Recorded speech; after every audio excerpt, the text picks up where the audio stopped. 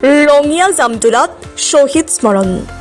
বীৰ শ্বহীদ সুনন্দ সালৰ পবিত্ৰ স্মৃতিত ৪৫তম শ্বহীদ দিৱস পালন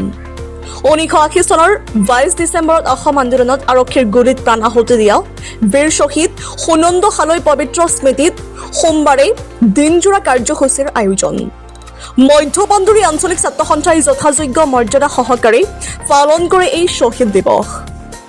এই গাম্ভীৰ্যপূৰ্ণ অনুষ্ঠানৰ লগত সংগতি ৰাখি পুৱা সদৌ অসম ছাত্ৰ সন্থাৰ পতাকা উত্তোলন স্মৃতি তৰ্পণ গছপুলি ৰোপণ আয়তীৰ নাম সন্ধিয়া ছোৱালীৰ নাগাৰ নামৰ দুটি দলে নাম পৰিৱেশন আৰু বন্তি প্ৰজ্বলন কৰাৰ অন্তত অনুষ্ঠানৰ সামৰণি পৰে অনুষ্ঠানত সন্থাৰ সদস্যসকলৰ উপৰিও স্থানীয় ৰাইজে অংশগ্ৰহণ কৰে news desk report digital Assam live অসমৰ অস্তিত্ব ৰক্ষাৰ সংগ্ৰামত ৰঙিয়াৰ বুকুত প্ৰাণ আহুতি দিয়া বীৰ শ্বহীদ সুনন্দ সালৰ পবিত্ৰ স্মৃতিত আমি আজি মধ্যপন্দুৰী আঞ্চলিক ছাত্ৰ সন্থাই ৪৫তম শ্বহীদ দিৱস দিনজোৰা কাৰ্যসূচীৰ আয়োজন কৰিছোঁ। আমি এই জগতে আমাৰ বীৰ শ্বহীদ সুনন্দ সালৰ যি পবিত্ৰ স্মৃতিক তেখেতক আমি শ্ৰদ্ধাৰে স্মৰণ কৰিছোঁ আৰু আমি সমূহ ৰাইজক আজি যি দিনজোৰা কাৰ্যসূচী যি আয়োজন কৰিছোঁ আমি সমূহ কাৰ্যসূচীতে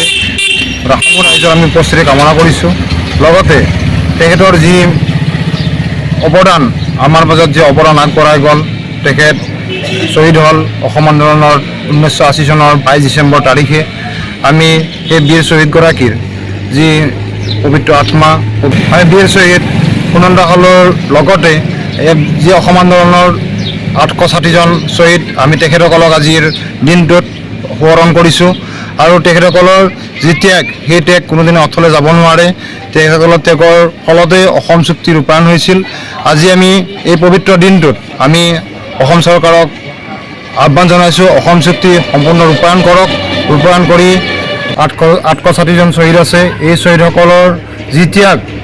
অসম চুক্তি ৰূপায়ণ কৰি সেই ত্যাগৰ মূল্য দিয়াৰ বাবে